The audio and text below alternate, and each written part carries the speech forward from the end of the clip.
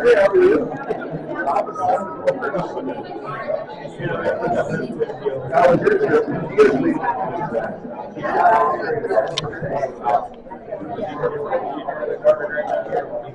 left 3:45 years ago. And in the whole house at 1:30, it's all right. We're right by the marina. Nice little hunting job.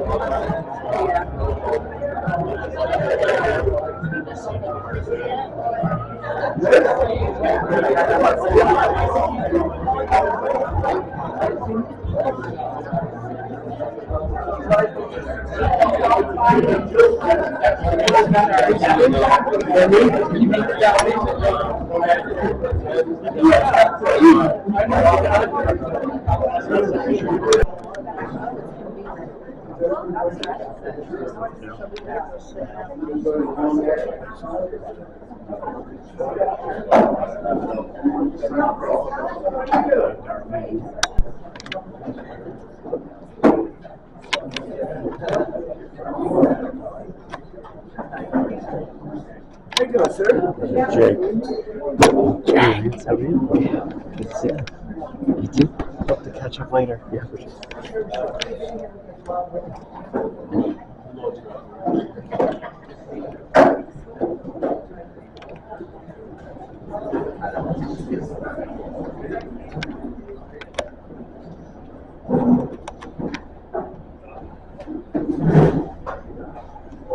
Knew that everything was okay with it. Basically, it was if you didn't talk too much, you would go down too.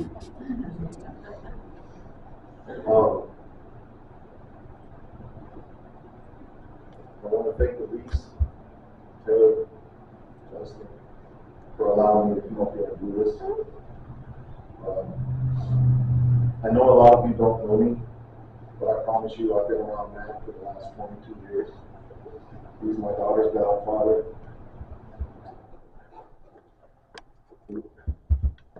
If you knew him about the military, he was a genius when it came to the military.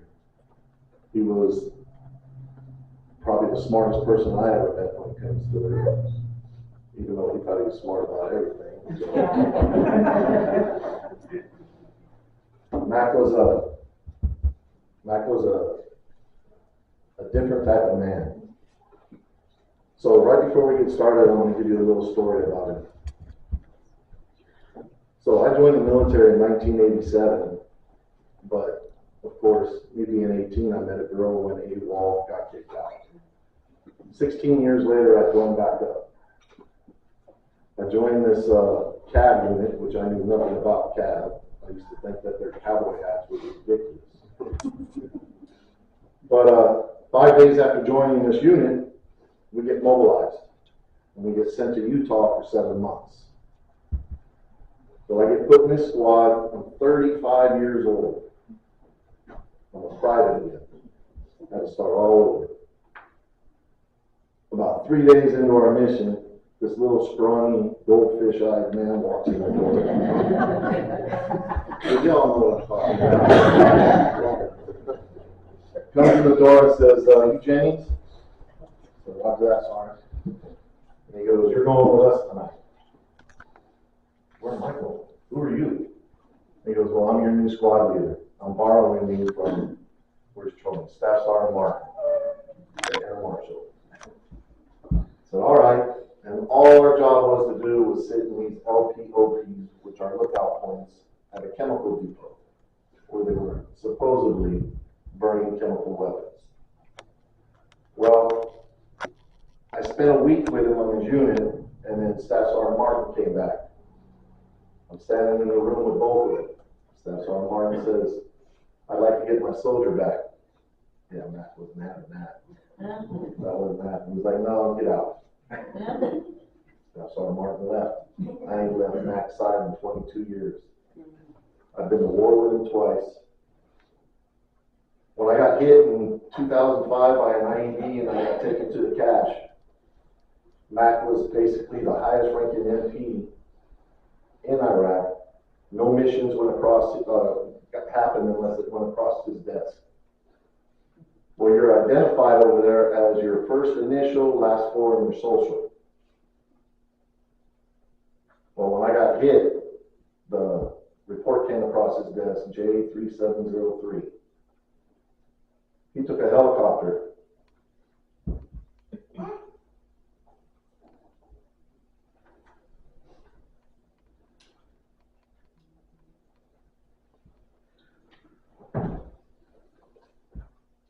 to come see me.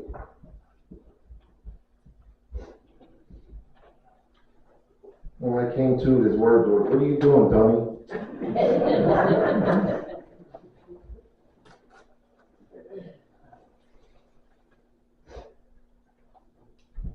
He had arranged for me to stay longer because I didn't get to go with the unit that he went with. And our unit was going to be heading back, and he said that he could get it to where I could stay with him, but I had just had a baby girl.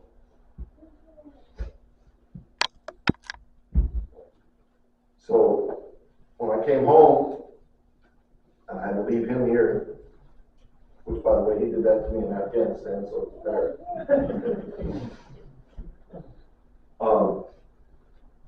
You all know that he used to be a recruiter, right? Everybody, he's the one that taught me into becoming a recruiter, which I sucked at. I think in 2 years I put 2 people in. And I would call him for advice all the time. I'll tell you how evil he is to me too. When my daughter was born, first gift I ever got from him, for my daughter, it was a pink silk Lakers dress. I hate the Lakers. I wanted to wash my truck with him. He was not going to have that. My daughter would run from me. No, Dad, no. Yeah, that was a good time. But look, we got a lot of time to go here, but I want to go ahead and let's get his military honors going and in tribute to him. So, Sergeant.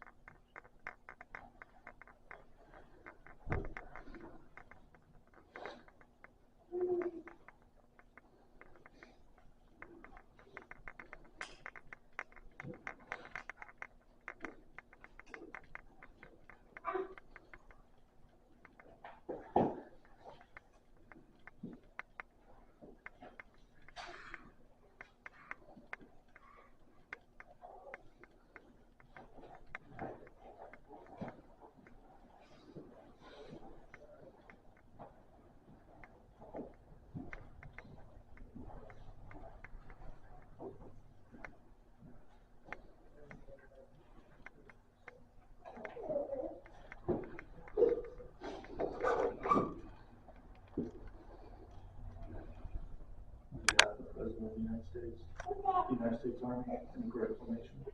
Please accept this flag as a symbol of our appreciation for your loved one's honorable and faithful service.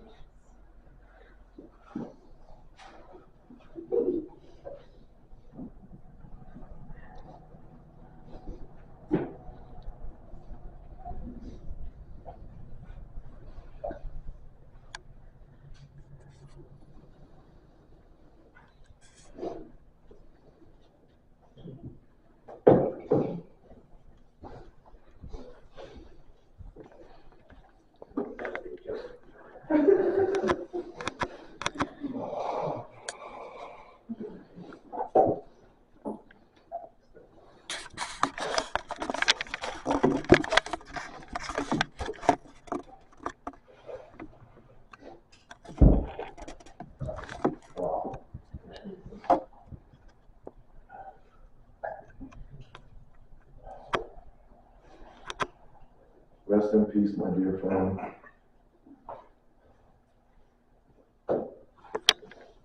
May the angels light your path. May your heart truly be in peace. We will always be thinking of you. Love you, Matt.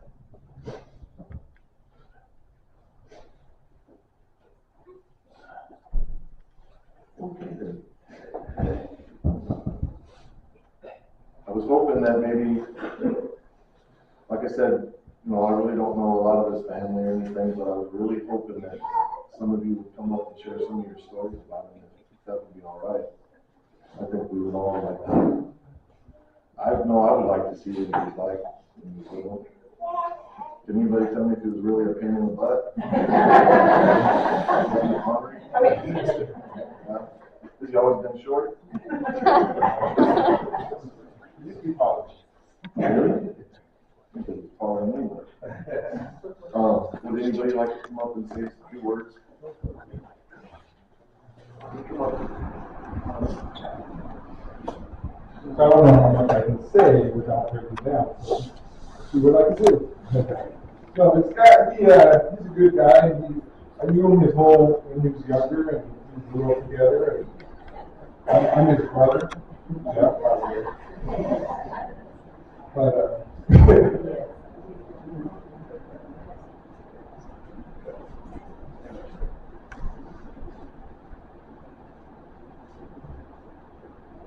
that's all I got.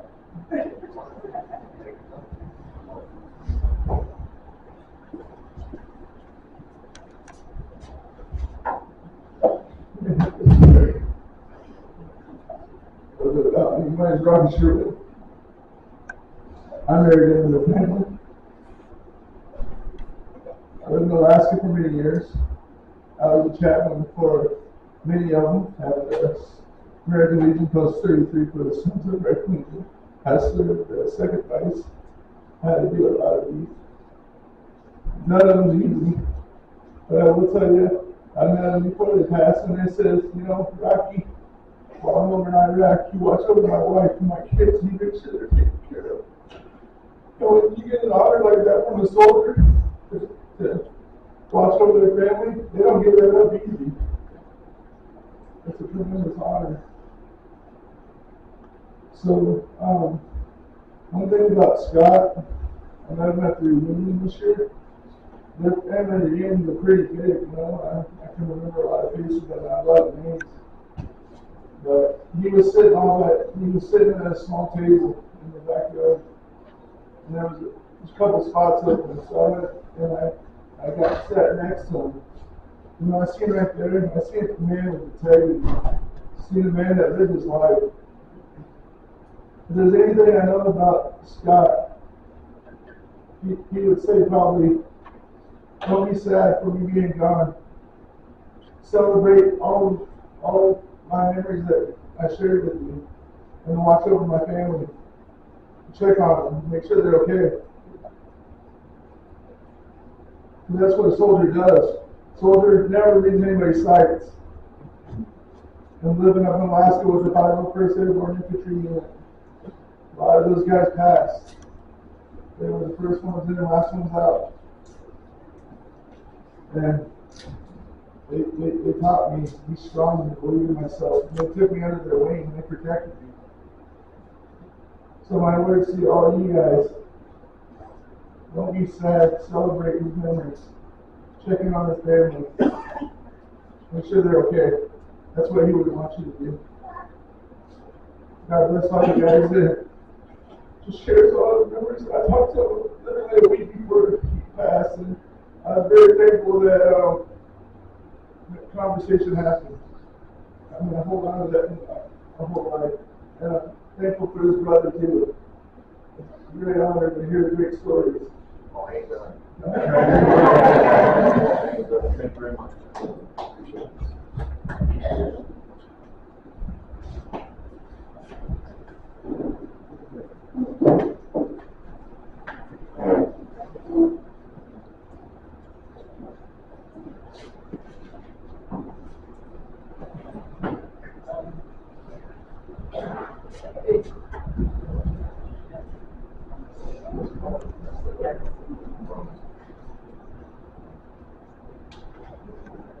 So this is going to go back.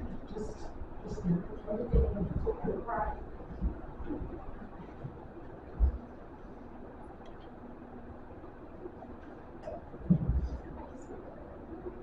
6 weeks is good. I'll try to. So yeah, we're gonna miss that, and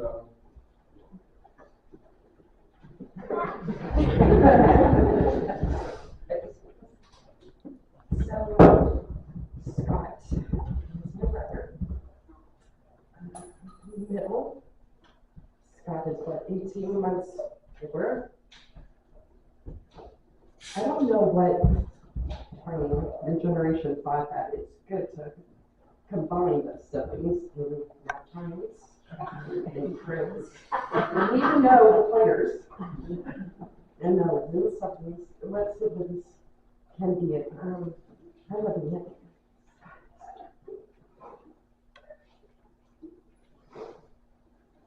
And you guys talk about all the stories and being a soldier. As a soldier, I'm a beauty. And just, that's how you are. So we are latchkey kids. My dad, I still remember it in Scotland. He was in his police uniform. We were first grade, third grade. We were presented our keys. And I think the third grade might have been the time we got that power feel. Anyway, yeah, parents are not there. The older one is in trouble. The amount of times that we had to play baseball, I didn't want to play. I became the best baseball player because he was the best baseball player. We did not stop playing. We did not want to stop playing. Scott made sure that we played for another half hour. Whether we wanted it or not. I could go on with me. I was a leader from the beginning. From the edges leader. But we were coming. I actually don't want to be a leader in a different way.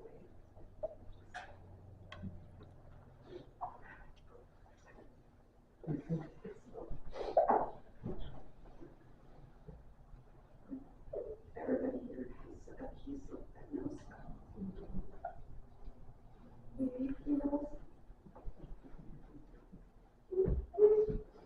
But you can't know.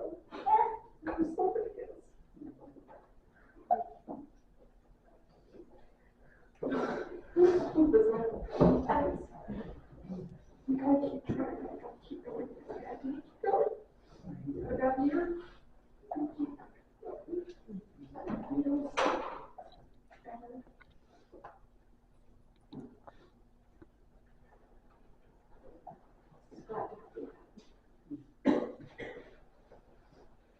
Doesn't care if he doesn't know.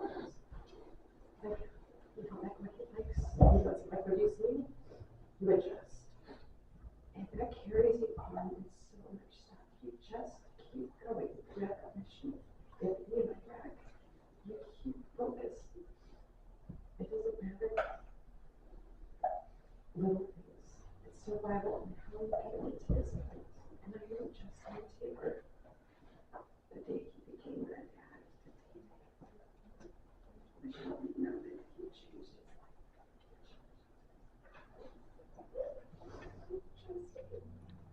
He changed his life. You do not get a card that kind of hurt some feelings and you get a little tough. Okay, Jake, yours pride is right. Whatever he said to you, he had some sparkle in his eye. But you guys were out getting wet and little and everything was cold and Scott and we're all on some mission. And you guys out to have a good time. It's a treat, you guys. Like he has never seen what before. Michelle is his first. Michelle is your I was yours and it was special in that home with you.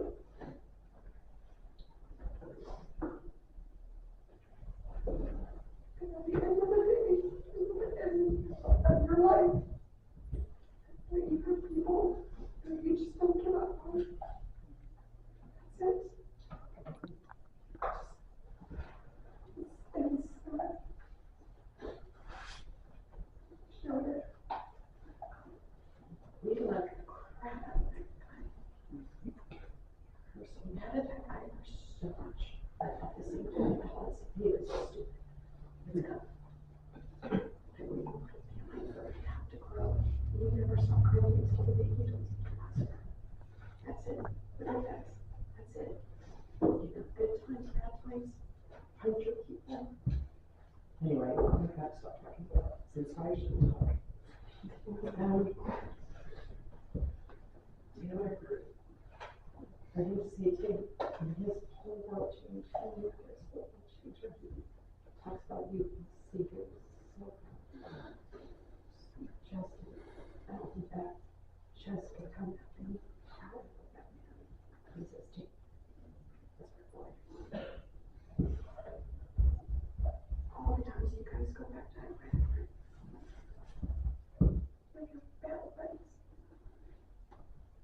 There's a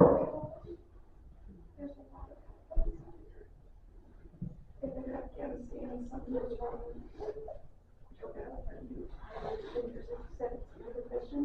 You don't know what battle buddies are. You never forget that. It's the same thing like someone that you love to. You don't get along with them, maybe you don't stop. So there's this thing. Everybody has always supported Scott. That's why Scott had it. You know what he liked. And what his own goal in his environment that he wanted to create. You know, you guys understand. You do understand that. I don't know how to understand. And we understand. You found it. He believes you. He found you. He found your family. This was exactly. I personally lived with him. But he did so good. You all ever knows he are his and don't ever forget. Everyone in his life has his role.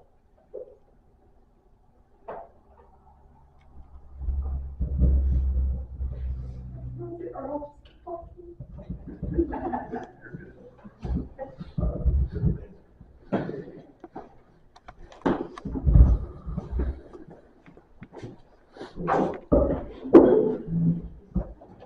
Hi, my name's Tammy Finley. Known Scott and Elise for a little bit now. And it was a great blessing when they first came into our lives. I mean, they're just the most welcoming, kind, amazing people. First thing I fell in love with Scott was his sharp wit. He just killed me. And the first time I ever heard his voice when I first met the man, I said, good Lord, man, I want to sleep on a bed made of that voice. And he just chuckled and said, get on. And I started laughing really hard. And yeah, we were always cutting up and talking smack to each other. And it was wonderful. Like one time we had gatherings at their home where we would have tournaments, play pool, darts, dance, sing karaoke, whatever. We just had big gatherings, all of us together, just having a blast. Him and Mark cooking, cornhole, all of it, the whole shebang. And we just had an amazing time together, and those memories are always going to be someone to share. And one time he says, "Tammy, would you go get something for me over there?" I said, "You're not my real dad, you can't tell me what to do." He goes, "Well, you don't know that." I said, "I didn't get your big godly eyes." But what an amazing human being. What an honor and a blessing it is to know him and his beautiful wife. And I get to meet these gorgeous children and stuff, but anyway, what an amazing soul. And one recurring theme I noticed in death that I see with a lot of people, for everyone, don't ever, ever let someone walk out your door or end a phone call without saying, "I love you." Always say it. Even if you're angry, say it. We never know when we're going to see them again. So with that, and don't hold grudges. Grudges don't hurt anybody but yourself. I'll paraphrase here, but there's something the Buddha said one time that holding a grudge is a poison hatred or grudge is a poison that you think you're giving to someone else, but you're actually giving it to yourself. So if you have an issue with a family member or something, try to be kind and try to grow and try to come together and always say, "I love you." Always. Make it weird. Hug your friends. Make it weird. Anyway, what a blessing to know Scott. And I'll be blessed with all the great memories and the funny talks and one of my favorite times was when he drove me home from your house after a night of debauchery.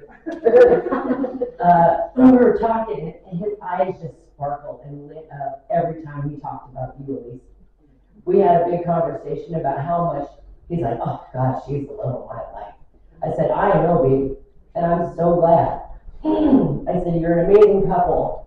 And I was actually blessed to have been able to, quote unquote, officiate their wedding. Even though all we did was sign some papers and whatever, but what an honor, and I thank you both for that, and I'm grateful to have you guys in our lives, and here's to more memories. We're going to make lots more, and thank you. Before she gets on, I'm just gonna let you know, every time I said "I love you, Mac," you say you're gay. You say that every time. All right, Mike? Every time. So when Scott and Elise first moved up here, they moved across the street from me. So I was one of the first people to have the joy of meeting them. And all these people here are his friends because he played pool and I played pool and I made him go play pool with me. But I think it was weird to him thinking he knew him, right? Don't just tell me he's not. Well, I was trying to indoctrinate them to the weather up here, and they have a boat that had a windshield, and they put a cover on it. And I said, "Now, Scott, when it snows, you're going to have to keep that snow swept off of there, or it'll break that windshield." "Oh, it'll be all right. It'll be all right." Guess what? Broke the windshield. So he didn't know everything. I still wouldn't have told you. Have any of you seen the series out there, Landman? Yeah. Billy Bob Thornton's thing, the way he talks? Tell me that ain't right. He can come up with them so quick, and then at the end be like, see dummy. Oh. A lot of you don't know me because I'm Uncle Warren for Scott. I'll tell you some of the history of what makes an alpha male. So, Scott's mom was my older sister, Cynthia, and most of you probably never met her, but she died kind of young too, of multiple sclerosis, MS as you could say. And she met her husband. She was a dispatcher at the LA Police Department. Jim, Scott's dad, just loved your voice. Fell in love with her voice first. And that's how Cynthia and Jim met. And we come from a very fundamentalist, fighting fundamentalist Baptist background. And, you know, a lot of us fighting fundamentalists like to be ordered. Cynthia didn't get along that well with the fighting fundamentalist father that we had. And so, you know, that causes rebellion. So they went off and got married without their blessing. That was fine for dad, but for some reason I love Jim. I love Jim. He was an alpha male himself. And he was an LA police officer. Ended up with some PTSD, which is pretty common. But we loved him. Scott and Jim were two peas in a pod. I love watching their interaction with each other. They would love to play ball. I just still see Jim and Scott throwing the ball back and forth. It was the thing. And talking about baseball, we kind of do that. I didn't get to interact with Scott a whole lot. I interacted more with Jim than Scott. And Jim and I had a few adventures, and Scott was just like him. Scott was mini Jim. But anyway, what makes an alpha male is some guy who doesn't care what you think about him. And Scott was like that. He looked up to us, but he didn't require us to know that he looked up to us. He didn't really care about what other people thought about him. And that's what made him a unique little kid. I think he was a leader. And it sometimes bothers people when people don't care about what you think about him. But, you know, he was that kind of guy. It made him a leader of men. He was a leader of men. Dale, let's go. Well, I'm a brother Warren, so another Uncle Dale, from his mom's side. And kind of wanted, I never have got to meet you, so I'm sorry for your loss. But back when Scott was pretty new in the military, Desert Storm, I got a couple letters from him, and one of them I wanted to share what he told me, and it always stuck with me all these years. I mean, we're talking, what, 40 years ago? No, 35, 40, somewhere in there.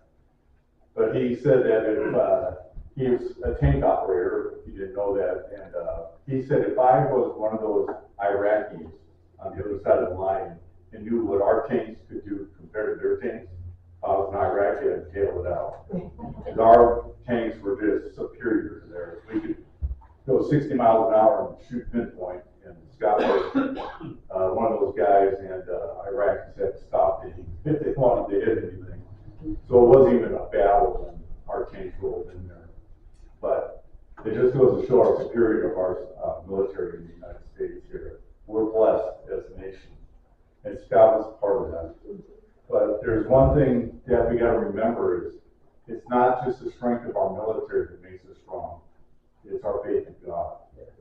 And Scott knew that, and I really believe the look on his face after he passed, he was at peace with God. And God made it simple for us. There's only one way. If we ever want to see Scott again, And if you don't know that way, I'd be happy to talk to you after this service. But it's a simple, God made it simple one way. It's not guessing. It might do the right thing or it might not do the right thing. But I'll tell you this, Scott knows for sure right now what it is afterlife. Some of us in here might believe there is no afterlife. Some of us might believe, well, you gotta do this or do that for afterlife. But it's simple. And I'd be happy to share that with you. So that's my memory of it. And there's lots of memories of Scott, but that's one I want to share. When you're done, once it's done, can you come up and close this in prayer? I would love to. Tell you the truth, I didn't even know Mac was a private, ever. I figured the military made it. It's true about Mac. Mac was, he was a unique person, but he was a better friend. He was a great father, great husband, and God, he loved the lambs too. He loved them lambs like crazy. Yes, he did. I couldn't change it for nothing. I tried hard. We did fantasy football for years. We would think he's like, where's his brother at? Right there. My brother's playing. No, he's not. You just put your brother's name on there. I'm telling you, we believe that at heart. Am I right, Troy? That's a true story. I'm telling you, I'm like, how did you get that? No way his brother traded that right there. No.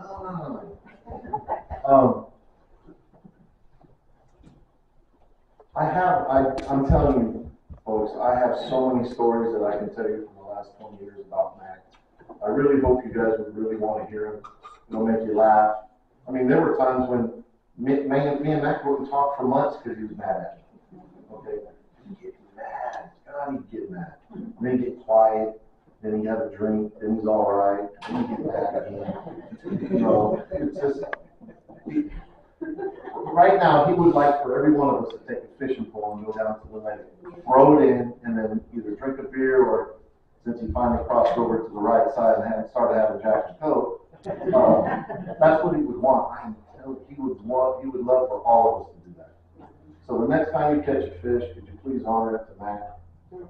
And if you don't like it, throw it back. Make sure it's still alive, please. Or eat it.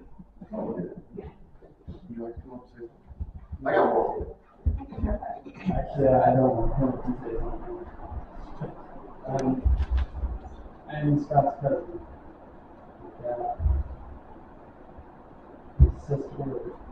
His sister. And Scott and I had an opportunity to play together when we were younger, at the 8 to 12 range. And in that range, it seems like when you hang out with your cousins, you have an automatic special bond.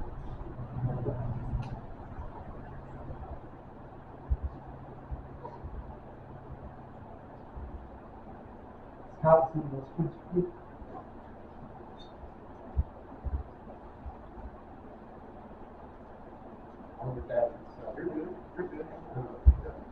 So Scott went in the Army and played with you guys for 20, 30 years. And when he got out, we planned a hunting trip. And he said, hey man, I want to go. Are you the one from Oregon? Yes, sir. He used to get mad because they wouldn't let him pull the trigger. So Scott was out of state, and so he was going along with us. Come back 10 pounds lighter too. Yeah, we did some hiking, and so we were fortunate enough to get an elk at this bottom of the canyon. So if you look at the mountain up here, imagine us being at the top and the elk is down here. That's how far down it was. And so me and my brother, some of my brothers are here, and some of my cousins are here with that on that trip. And Scott had some injuries in the army. He was going so we, all the younger guys, went down, and Scott said, hey, I'm going to stay up top, and I'm going to guide you guys in, and I'll welcome you to come out. Process this out, and then it started coming. And we had young guys, they were like, 12 years old, 14 years old. That's why you rock. Yeah, I get those young guys working. And, but it's starting to get dark. The younger guys were struggling. And I have no idea, and I said, hey, Scott, you got a copy? And Scott was like, what? What's taking so long? Sorry, man, these guys are struggling to need help. I got you. So Scott made 3 trips down the line, got with these young boys, helped carry that up and out. And I didn't want to share that story. That was us. We shared it together. And Scott, you're here. He said, I'm up here. I'm waiting for you. I'm going to leave it here. That was Scott. Thank you for sharing that. If it was us, he'd have made us go up that mountain no matter what. There's no way to come down and help him. He left that hard. My knees hurt. So, yes, that's true it was. Did you guys, I'll give you one. So, back in the day, I couldn't golf, nothing. Okay, so Matt would invite me to go with Troy and Tim and some of the other guys that were with us. And I believe after a while that the reason they would take me was because so that they could all just beat me. So it made them feel well. So I got tired of it after 2 years. I decided to get my own stuff. Got my own clubs, went to the range, started learning how to hit it straight. You have not seen Mac get mad when he loses, especially for somebody that he taught how to play. I mean, I've seen him turn off a video game because I finally beat him in basketball after 500 games. Okay. He did not like to lose. So I play golf every other Sunday in the week. I've been playing for 20 years now. But no, he ain't beating me. For about a year and a half before we went to Iraq, so it's about a year, we all got orders to go up to, anybody ever heard of Camp Roberts? Yeah. It's an NTC for the National Guard. Well, they ended up turning it into a mode site. I was at the range corporal, and Matt just happened to be range master. We were on a 9-mil range. And since I was corporal, I got to be in front of him while he was up at the tower with his feet on the desk doing nothing. This unit came in. This is how I got my first sparkle, okay? My first medal and everything I got. It was from him. We had 500 soldiers coming in. We had a training because they were leaving to go to Iraq. So we have podiums that are like this. And we had a lieutenant, a major, a colonel, right here, right in the middle where Matt was. And then I had a whole bunch of privates. Okay. And one thing about Matt, he loves his privates. He takes care of his lower enlisted. That's just the way it was. If you were a piece of junk NCO, he's going to call you out. That's just the way he hated. I want to say bad word. He hated sorry NCOs, especially under his command. That's just. But I get heads up when we chew them out, so I got to laugh a lot. So you hear Mac up in the fire in the tower. The last word you hear before all the shooting is "and watch your lane." Well, he says that, everybody starts shooting, and I happen to be standing behind the most evil rank that you can have in the military, which is second lieutenant. Okay? They are lower than privates because they're just not good. So he starts firing his 9, and I'm watching it, and all of a sudden he stovepipes, which means his weapon slide came back, and when it went to go forward, it caught the brass, so it's sticking up like a stovepipe. And I'm supposed to sit there and watch to see if he can correct himself, pull some sports. Well, Well, he starts to do it, but I see him take his weapon, and he goes, and it goes off. Max off. Looks saw me. I started waving my safety paddle. Ceasefire, ceasefire. I'm just building up right. Mac tells him in the tower, watch this. Now, mind you, on a range, I don't care what your rank is, you have no authority at all up there. But the range master is God. So I tell him, I was like, sir. I was like, can you please drop the magazine out of your weapon? Drop it down. I said, okay, could you put your pistol on the podium and take 3 steps back? Mind you, I'm only a corporal. This guy's whatever you want to call him, a butter bar. And I have a major and colonel. Okay, these guys could end your career. But like I said, none of them have any authority on range. This lieutenant put that down weapon on the podium, took his 3 steps back, and it was the greatest day of my life. I tore into him, I was cussing at him, I called his mom, I look over at the major and the colonel, and they're just like, all shocked, because you just don't do that to officers, but when you're on a firing range, it was the greatest day of my life being a corporal. So, he had to get off the range. We qualified all 499 soldiers, and their NCOIC or OIC, which is the officer in charge, sent him back asking if he could try to requalify because he needed to because they were going off to Iraq. Max says, okay, but I need him to write a 1,000-word essay. And his essay, right?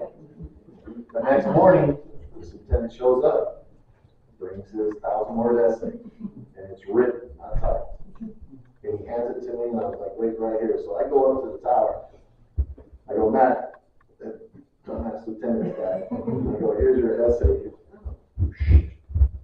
That's how we get off my range.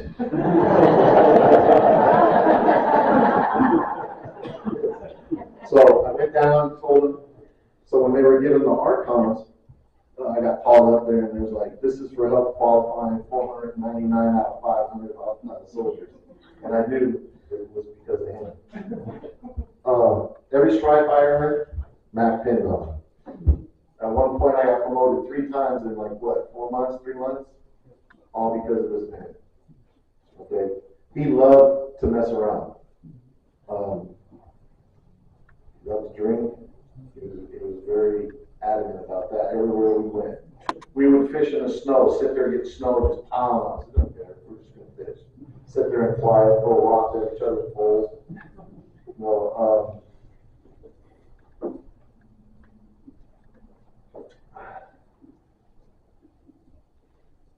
Tay and Justin.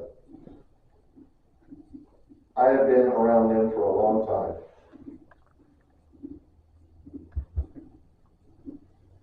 Tay has babies now. And I love them to death. I do know that Mac at one point thought he was going to lose both of them to not, really doing anything or whatever. Tay ends up changing her whole life around. We should have told us so Scott could get down here. We get a bunch of guys around each other. Martin's Ron, I'm Scott's cousin. And, it was mentioned a little bit earlier, but when he moved up here, his whole countenance changed. Coming from California, and finally getting out of his lefty living bin was his words. And he came up here, once he moved here, his whole countenance changed. It was just lighter, he was happier. It was his place. He just, he wasn't there anymore, and he was here, and he was present, and it was good, he was grounded. So it was so good to see him up here. And came up here and visited him, and we were shooting guns. We were making a range, and we had about 100 yards where we could shoot straight. There was a tree right in the middle. It's like, man, that tree wasn't very perfect. Scott goes, hang on a second. Walks up to the shop and comes back with his chainsaw. Oh! She cuts down this tree. It's about a 60-foot tree, probably still laying in that side yard. It's just cut down and laid there. It's like, okay, now we can shoot. And I don't know who it was that was saying that Scott didn't complain about it. Matt, you were saying that.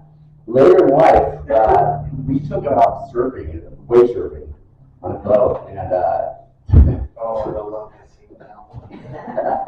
he did good. He did good. But the next day, I called him up. I don't know if he might have stayed up there house or something. How you doing? He goes, I can't walk. I hate you. And there were some other words he said too, but I'm not going to say those. He hurt so bad, and he said, I can't even walk. His knees hurt so bad. It was fun. We had a good time. And yeah, I can't wait to have more good times with Scott. We love him, we miss him, but I appreciate all you early guys. I've heard a lot about your stories over the years. So We heard a lot about the hunting trips. We were all jealous about those. yeah, We weren't allowed to go, so. those are good times. Good times. Well, thank you for that.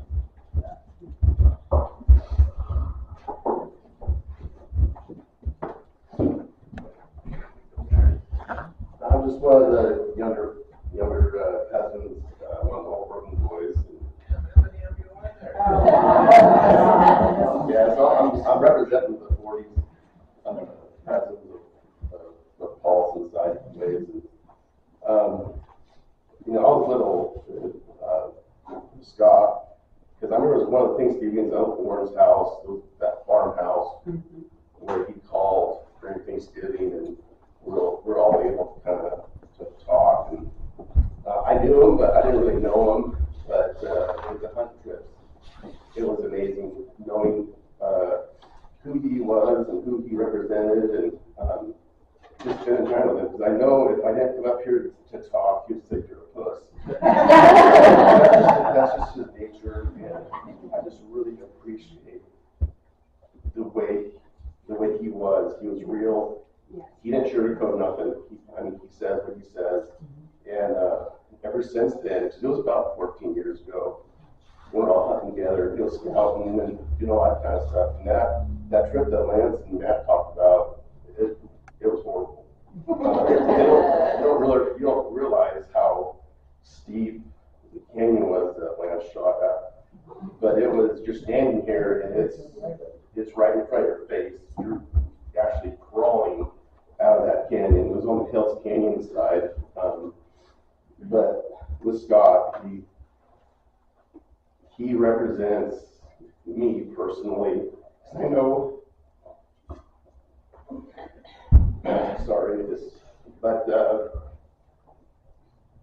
with being family, we all have certain traits, and his trait I can represent and see that in him, and I really, truly embraced his character, and I just love him for that. I didn't meet any of you guys, but he's a good man, and I know that, and with the stories you guys have, and you guys. One of the things that I remember the most was when we were hunting, he must have slipped or something, because he called us civilians, you people. You people. Like, all right, I see nothing. But I just really appreciate him, and I just love it that I was able to have a sliver of that time with him. He hated civilians. Hated.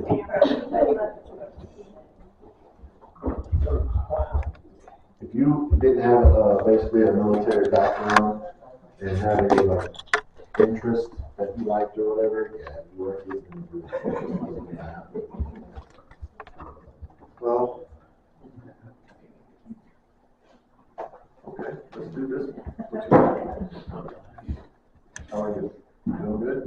Tissues right here for you. There you go. My name is Evelyn, and I'm married to Matt.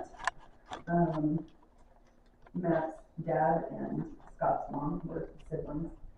I've been in the family about 35 years. Scott, we was probably at Desert Storm getting ready to leave. I went to California to see Matt graduate Marine Corps boot camp, and that's when I got to meet Annette. She watched our little guy. He was about 7 months probably at the time, maybe 9 months.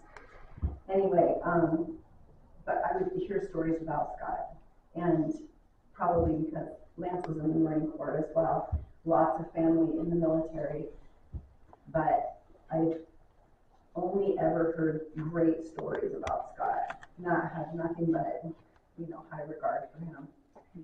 The first time that I met him was on that hunt that they keep referring to.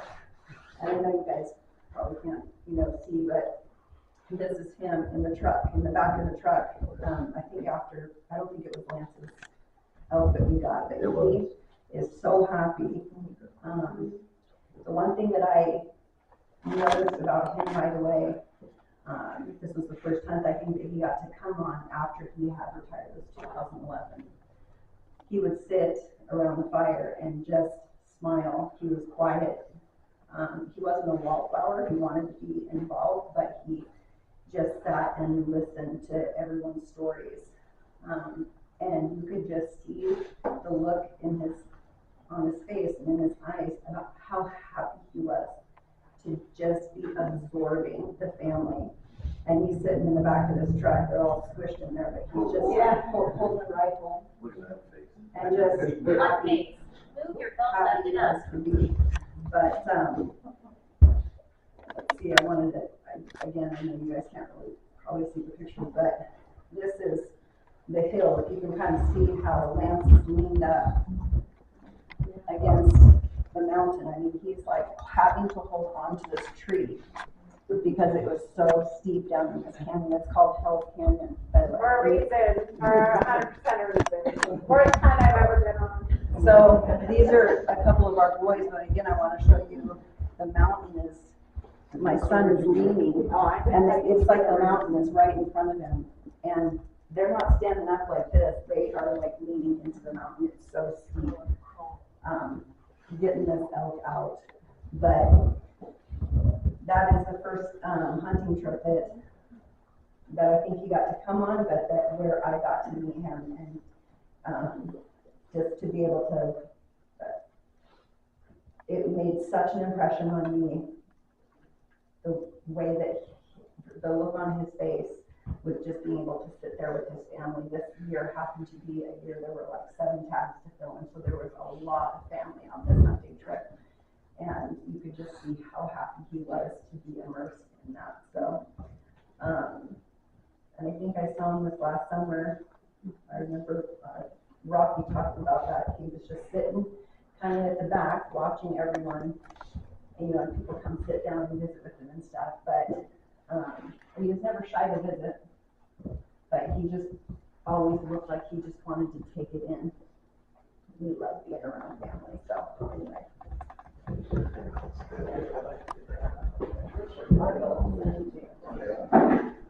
Tell me his biggest regret is that he didn't pull the trigger up there. He wanted to so bad, but you guys would not let him. I'm like, why? Just let him do it. No, don't know. I just have a few random thoughts in my head, but Scott was my fishing buddy. I'm so sorry, Elise, that I made him get all those other toys that he just had to have for, each species of fish, walleyes and sturgeon and bass and trout and whitefish, and we had a lot of fishing adventures. And thank you, Scott, so much, Elise, for being our friends. We had some great trips together. And most of all, I want to thank Scott for the greatest thing he did for me.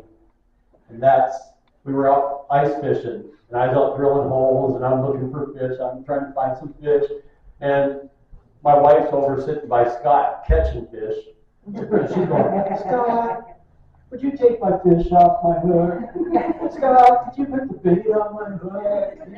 And pretty soon, after she got 5-10 perch through the ice, Scott goes, you are going to learn how to do this yourself. And this year was wonderful. We had a great fishing trip. She took care of herself the entire time. It was wonderful. But I appreciate Scott. He's been nothing but good to us, and integrity. I got to meet John and Mike and a few of his buddies. We went fishing on a pontoon boat. No, I think you're mistaken. John outfished me. We were gonna call it 50. We've been out there all day, and I think I had 47 or something, and John finally got to 50, and yeah, he beat me. But anyway, Scott, I appreciate you so much. You're a great friend. And I do have to say, we fished last weekend, and my very first fish, I took that hook out.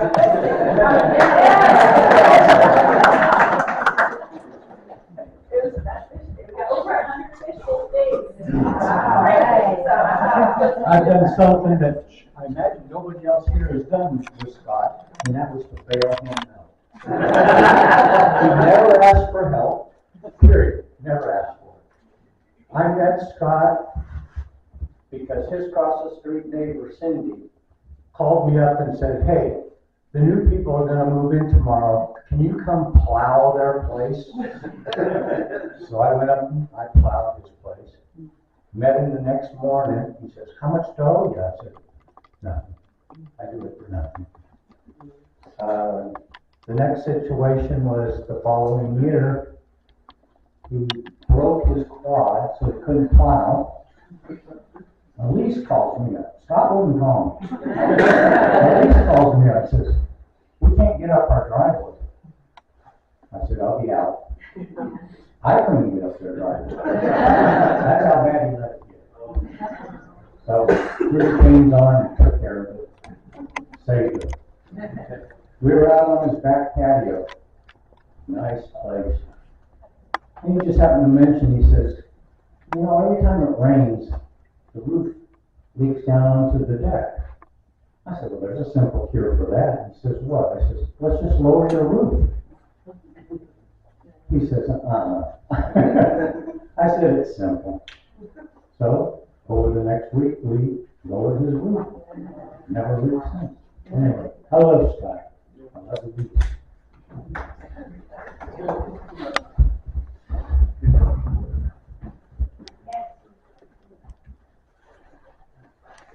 In the corner.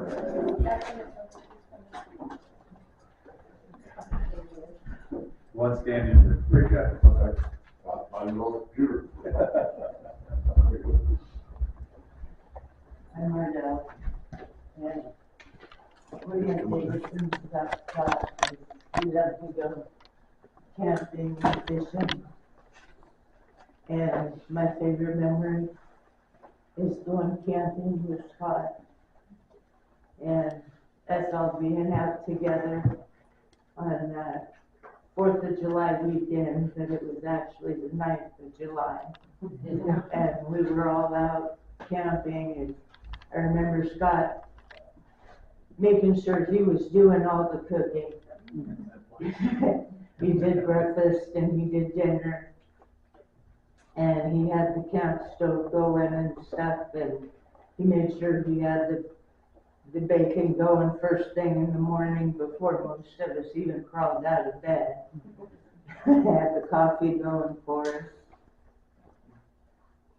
And he had a brisket going at night that he had cooking and stuff. He always had a brisket cooking somewhere. But it was always a blast to go camping with Scott and be with Scott. Thank you very much for sharing.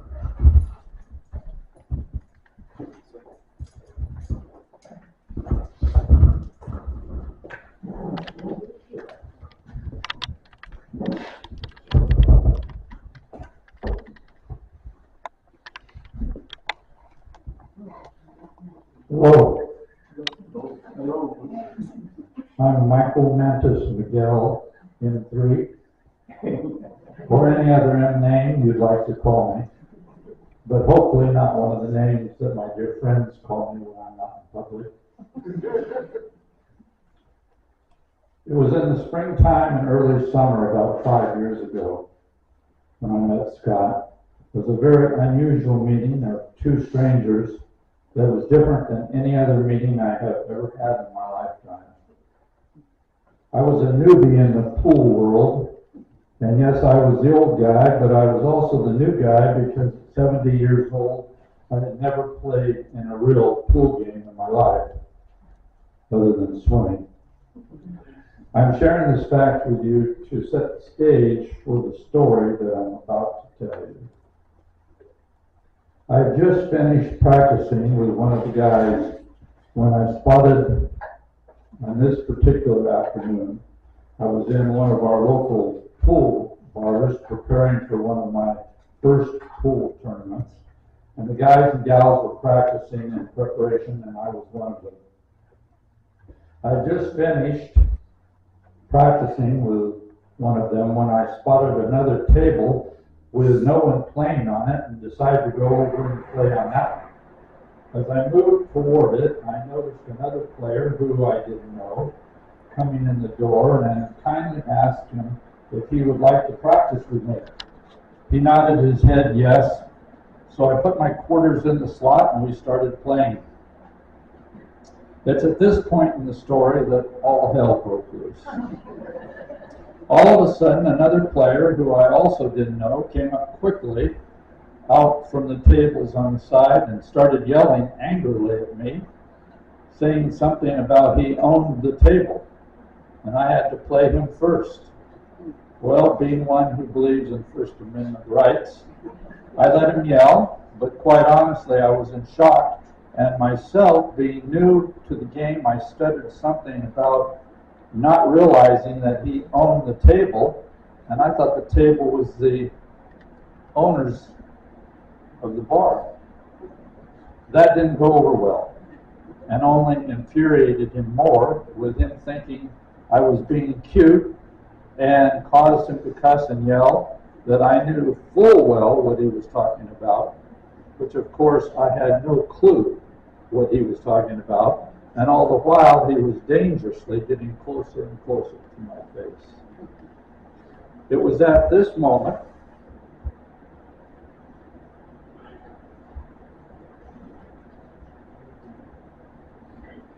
that out of the corner of my eye, at the distant end of the bar, I picked up the motion of a shadow, like an alien in the jungle moving stealthily, quickly, and quietly toward me. My heart sunk. Was this going to be one of those notorious bar fights where all the guys' friends jump on me and I leave the bar on a gurney? At this moment, it was me against the world. So preparing for the worst, I took a step backwards, and when I looked back up at this ghost was already standing behind my adversary. And as our eyes met, I was looking directly into his cold steel eyes. Confused by all this screaming, with my adversary's fists waving in my face, I was even more confused when I next glanced over my adversary's shoulder and saw my ghost winking at me. My first thought was, could this be my rescue in the heat of battle? Yes, smooth shaven, short hair, and square jaw. Yes, he must be communicating to me in Morse code. I'd seen it on TV, but then reality hit. I can't communicate. I don't know any Morse code. As the yelling of my adversary grew louder, so did the eye winking of my ghost. So in the desperation of the moment, I did the only thing I could think of, hoping to send the right message. I winked back.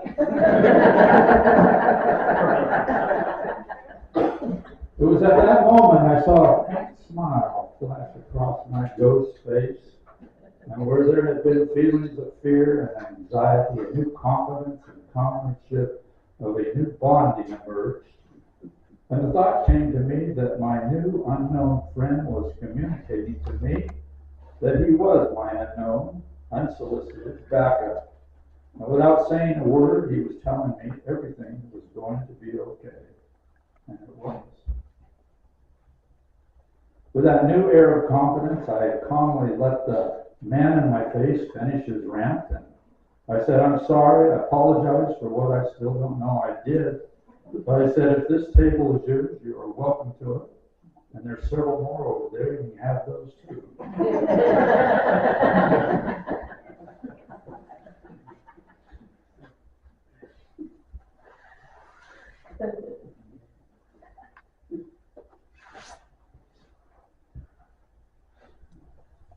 That seemed to pacify him. And as he left, I found myself face to face with my ghost, and immediately I knew that I had found a new true friend, a brother in arms, Scott McLane.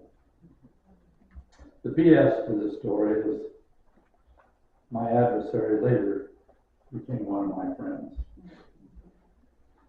Now that happened to me about 5 years ago, and now my ghost, Scott McLane, has gone on before us to a much better place and leaves me thinking about some critical information that has come to me that I believe would be on the brother in arms spirit scouting report that he would have. And I just briefly want to share that with you. It's a little detour, but I'll be very quick. I can verify that no animals will be hurt during the presentation of this report. This is not a religious report because no churches are involved. And this is not a drill, soldier.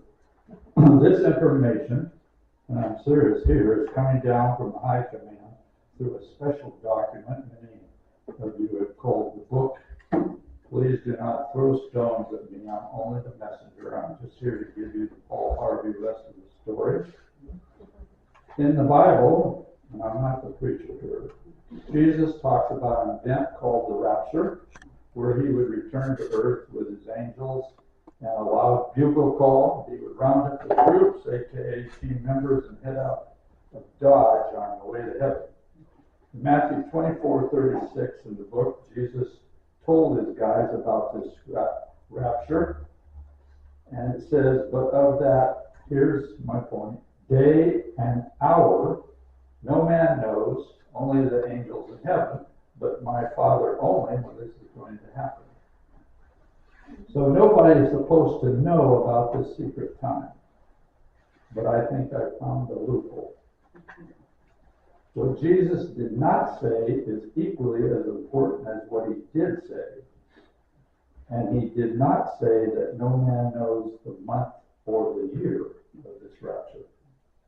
He said the day or the hour, but not the month and the year. Today, I'm going to give you a brief rapture report. And it's personal for family team members to get ready. The wake-up call that we get on board because we do not want to be left behind. And this is it. It's critical time. Jesus returns. The rapture will happen. And this is when. I believe it will be in the month of September in the year 2025. Yes, that's in about 6 months from now. Now, am I saying I'm 100% sure? Nope. So don't tell anybody that I said that. But I'm 95% sure. Now, I have nothing to lose, nor do you, if it doesn't happen.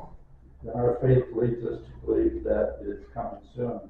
But when I'm right and it does happen, then we'll be out of here. So this report is personal for family team members to get ready, and as a wake-up sober warning for all non-team members to get on board, because you do not want to be left behind. If you have any questions about how to become a team member and how to get on board, just get a hold of me later. I just want to thank you for listening to my story. God bless all of you. God bless you.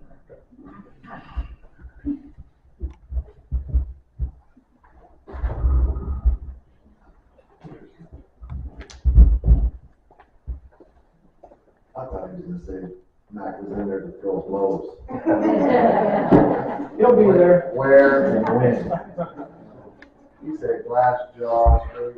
I'm like, Since we're. All right.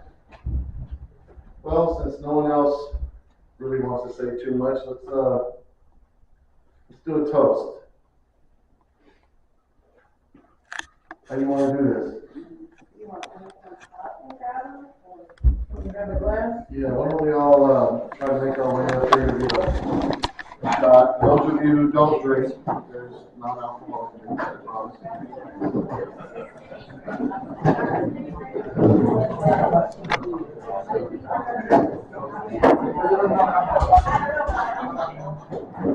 You know, what are you just gonna throw up here?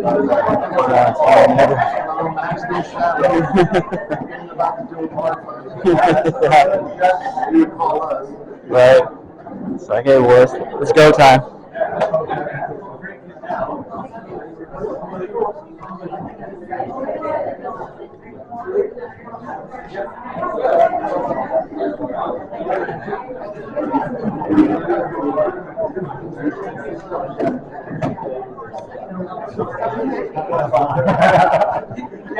I asked, you know, before, and she wanted to know who I was. That was the number. There was no need to. And so I called her and said, oh, okay. So I wrote back to her, I said, oh, I see with your phone number, who am I talking to? Monica. I said, aha, I've got your number now. Yeah, there's a couple on there I didn't have either.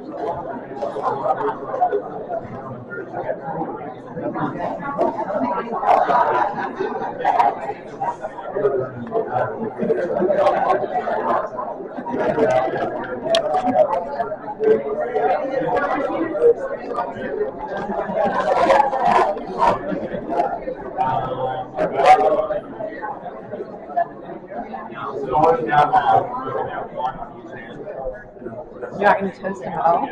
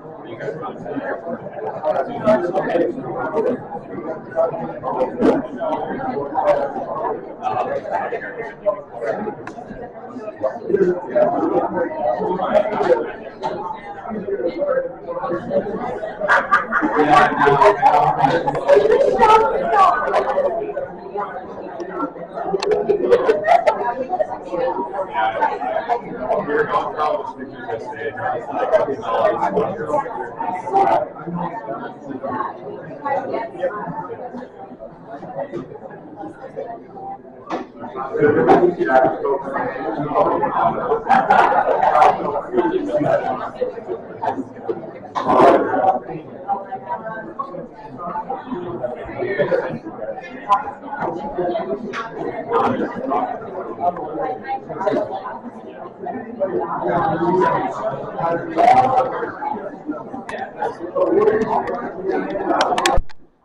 them up.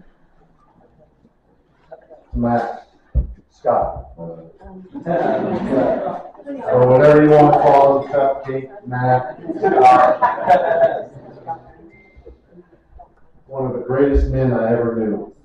Probably same with you. Please rest in peace, and may his memory live on. Cool.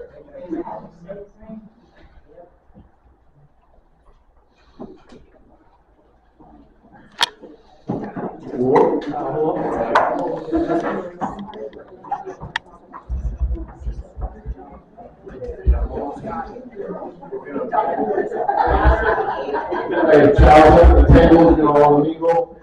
Let's go ahead. I know I need somebody to stand up. Especially the Oregon ones. I want some of that things. Hey, I'll come down and take a spot. I'd love to shoot, but I get to pull the trigger. Here we go. Just in case you have to get a chance, and you'd like to go ahead and sign the frame for Scott, I'm Lisa Wilson, and, all the stuff organized, so please sign the photo frame, and for all of you that contributed to the Kudo board, thank you very much. We're actually turning that into a book for Elise to have, but please feel free to go out to that website. You can download it, you can have it printed as a book, if it's something that you want to keep as a keepsake as well. Additionally, there is a memory book, please sign that, should you feel inclined. And we also have envelopes. And I know this sounds a little bit weird, but if at some point throughout the day-to-day, if you could fill out an envelope so that we can actually send you something after the services, we'd like to thank each and every one of you for participating, for coming here to support Elise and Taylor and Justin, because they're amazing people, and you're all amazing as well, and we appreciate it. So we would like to be able to send you a thank you. All right, let's eat something.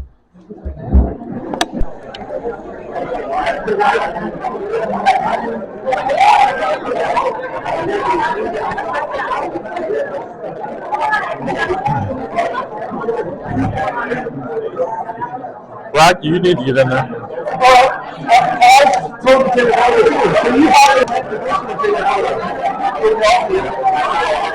Yeah, that'd be good.